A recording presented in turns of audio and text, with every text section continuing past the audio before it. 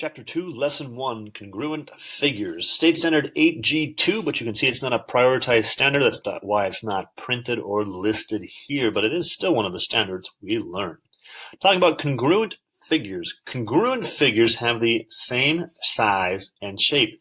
They are congruent, which means exactly the same, and it has a shorthand symbol. It's an equal sign with a little squiggly line on the top. Something like that, or like this. Just something so you know that it's squiggly on the top. Congruent figures are exactly the same. Same shape, same size. Sometimes they rotate them. Even amongst that, we talk about corresponding, meaning in the same place. So they're the angles that match in the two shapes. In class, I talk about corresponding and use people sitting in chairs, but here, just doing the video notes, when we hear corresponding, it means in the same spot. So corresponding sides are the sides that match in both shapes. Let's take a look at that. Here's a statement. This is muy importante. It's very important. Sehr wichtig auf Deutsch.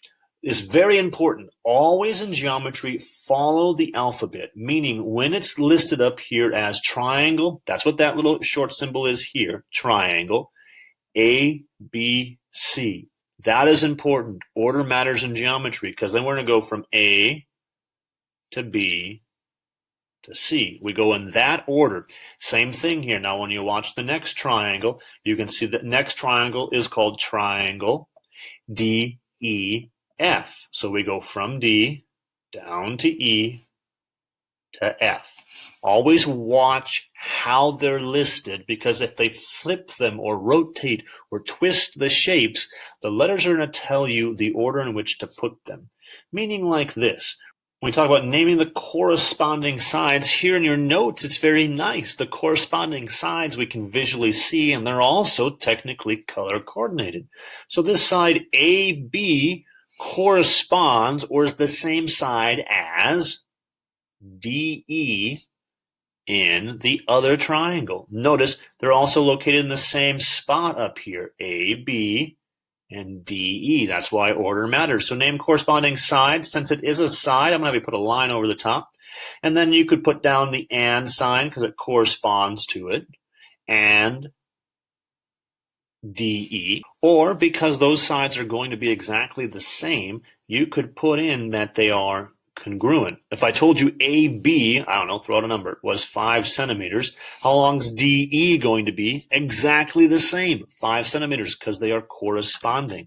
So, continuing on, I'm going to follow along the pattern. Since it said AB, I did that one up, and then the next one is BC listed here going around. You can see this first. So pick a side and start going around. I'm going to go this way around. So I'm doing BC, which corresponds to side EF. Again, and sign or that congruent sign. Listen to your teacher, whatever they want. And make sure you make it all the way around. Here's this one. Careful now. Order matters. Notice we've been going around counterclockwise. So I'm going to start at C and go to A. And since I did that, I must do the same thing over here. I must start at F and go to D. Order matters. I will be watching those. It gives me, Mr. Walls, a headache watching or correcting those on quizzes, but I will watch very carefully to make sure those letters go in the correct order. As well as you can sometimes see, they make a nice little pattern here. You go A, B, B, C. They go alphabetical. That's so nice. D, E, E, F. You're welcome to mix them on up if that's your style or forte, or if you just want to give me a little bit more of a headache, you can do that. And then when we talk about matching up our angles, we're going to use that angle symbol. So it looks like a hockey stick or a sideways pushed over less than sign, but that's angle, and I'm going to start alphabetically. I'm going to start with angle A. So up here, angle A corresponds, matches with what angle on the other shape. Oh, I can see it's right here, Mr. Walls. They're both on top. You're right. So we put the and sign or that congruent sign in. They are congruent, but notice as well, A and D. They're in the same spot in the shape's name, which means we could go around the figure. That's what I'm going to do. I'm going to go next to B. So B corresponds to angle E. That's interesting. Look at that. B corresponds. It's in the same spot as E in the name. And then the last one, C, corresponds or is equal. Again, you can use that and sign to the letter F. Again, does matter that these guys are paired up the way they are. A and D need to be together. B and E need to be together, and angles C and F. I don't care what order or how you list them, vertically or horizontally. If you want to list them this way, it's so nice. You can see A, B, C, D, E, F. Oh, the alphabet. But they just need to be paired up. However you write them, make sure they're paired correctly.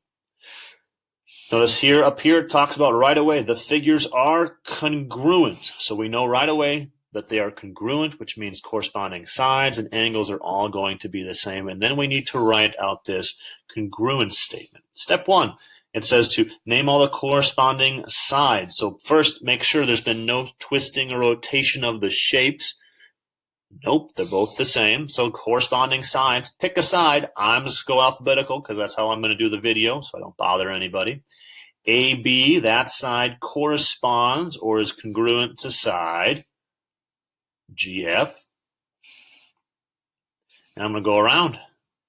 BC, that side is congruent to FH. CD, congruent to HE. Mr. Walls, that's not in alphabetical order. I know, doesn't matter. But it's great, isn't it? Bothers some people. Ooh, maybe you didn't notice that. Now you see it, now it's going to bother you. Oh well, off we go. And then again, those correspond, and here we go. I'm going from D to A, going in that order. So I must write it that way, same as E to G. Order matters. Whether now or your teacher later on or in high school when you're talking about high school geometry, that order is going to matter. Now it then says to name also the congruent angles. Don't miss that on a quiz. If you forget one of those, that's lots of points. So angle A is congruent to angle G. Angle B is congruent to angle F. Again, just seeing in the same spot, A and G, B and F. So angle C, congruent to angle H. Don't forget that angle sign. It's like a label. Now be very careful in here. You don't want to, this last one, you don't want to accidentally mix it up and go angle E is congruent to angle D. Technically it's true, but try to keep them all lined up, meaning all of the same shape over here. A, B, C, and D should all be on this side over here. So please be very careful to do that. Again, I'm going to keep all the angles in the one shape on the same side. Maybe that's very important for your teacher, maybe not, maybe for you. Listen to your teacher, and then from there, that is congruent. So we use that congruent sign to angle E. Done. We've named the corresponding sides and angles. Now don't forget to write a congruent statement. So that means here on this top side, we're going to name this shape up here in some way, shape, or form. I'm going to do just like I did. You can start anywhere you want. I'm going to start with A. I'm going to go A, B, C, D. So I'm going to call that shape quad. There's a shorthand for that, but I'm going to use quad A, B, CD, congruent statement, so you're going to put the symbol congruent. Again, that will work if you want to make sure that you have your symbol more with a curved line on the top, a squiggly line, you can do that.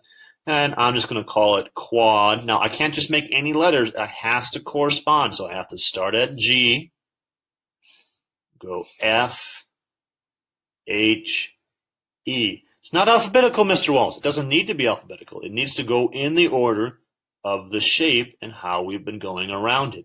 So since we did A, B, C, D, we got to go in the same order.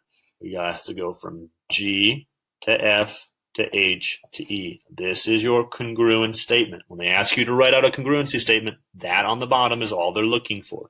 Name it and put the congruent symbol in between. Tell whether the figures are congruent. Explain your reasoning. We'll take a look. Are they generally the same shape? Yes, they are. Then we can look here at our angles, see how this one angle K has one little arc mark. Same thing here with angle R, so that corresponding angle is congruent. And then when we look up here, or look over to the M, it's got one arc, which means it's the same measurement. T also has one arc, so that angle is congruent up on top as well. I already see the answer, Mr. Wells. Good, good. Let me explain it. Up on top, this has 2, which means it's different than K, some different value, and Q has 2 as well. And then the last one over there, we can see L has 2 marks, which means it is the same measurement as J, but more importantly, L and S both have 2 little marks on them, which means all of our angles are congruent. All the corresponding angles are congruent. But now how about our sides? When we look at our sides, are all of the sides congruent? With the ones they've given us, we can see over here we've got JK is 5, which corresponds to QR, which is 5. Good. LM is 5, corresponds to ST, which is 5. Good. Then up here on top, we've got JL, which is 2, and QS, which is 3. Sides are not. So when it says, tell if the figures are congruent, no. Or you can put down that they're not congruent. Why? Explain your reasoning. You can say that the sides are not all the same. Yes, you could say that. They're not all the same value. Yep, I'm going to say JL, or side JL, is not congruent. There's a cool little quick symbol. Or again, you could just write it out. Side JL is not congruent to side QS. So since they're not the same, it's not a congruent figure. All the sides have to be congruent. All the corresponding angles need to be the same. Again, corresponding angles need to be the same value, congruent, and the corresponding sides need to be the same. If it's not, say not, and why. If it is, they may say make a true or make a congruency statement, which then you just name the shape. JLMK or LMKJ, doesn't matter. You pick the letters, which order you want to go, and then in the next shape, do the same order, whatever you choose to do. Triangle, nope. Triangle NOP is congruent to triangle UVW up here. Very important. It tells us that. It tells us the order. In fact, sometimes on your standardized tests, that's all they're going to give you, and then they'll tell you just something random. Or they won't even show you these shapes right here. They won't even give you that. They'll just tell you this statement up here, and then from there you must make an assumption, not an assumption rather, but answer the questions below like side lengths. But here we got pictures, so let's take a look at those. What is the side length of VW? So up here, I'm going to look up here. VW corresponds or is the same as OP. Yes, Mr. Walls, I saw that right away. Great, but sometimes they flip or rotate or twist the shapes. So look at the letters. Be very careful. Since OP is 8, what is the side length of VW? That would be 8M, 8 millimeters. What is the perimeter of this shape, this triangle here, UVW? Well, you know that this is 8M, and now you could go around and also figure out the others, or you could just look at that original triangle. Since they are congruent, both of them have the same side values, which means they're both going to have the same perimeter value. Or again, let's look. This side here corresponds to 8M, and this side on the bottom is 3M. So what's the perimeter? We got 8 plus 8 plus 3. Again, if your teacher requires you to show a formula, don't forget the formula for perimeter of a triangle would be little a plus little b plus little c. If required, make sure you show that. Otherwise, for me in my math class, I want to make sure that you show me that work, even though you can do it mentally. I know you can. 8 plus 8 plus 3. Careful with mental math. Don't just say 11. Make sure you add them all up. Gives you 19. Don't forget to attach that label as well. 19 meters. Today, I can name corresponding angles and corresponding sides, and then whether you have to name congruent figures or you can just identify which ones are congruent, that's our goal.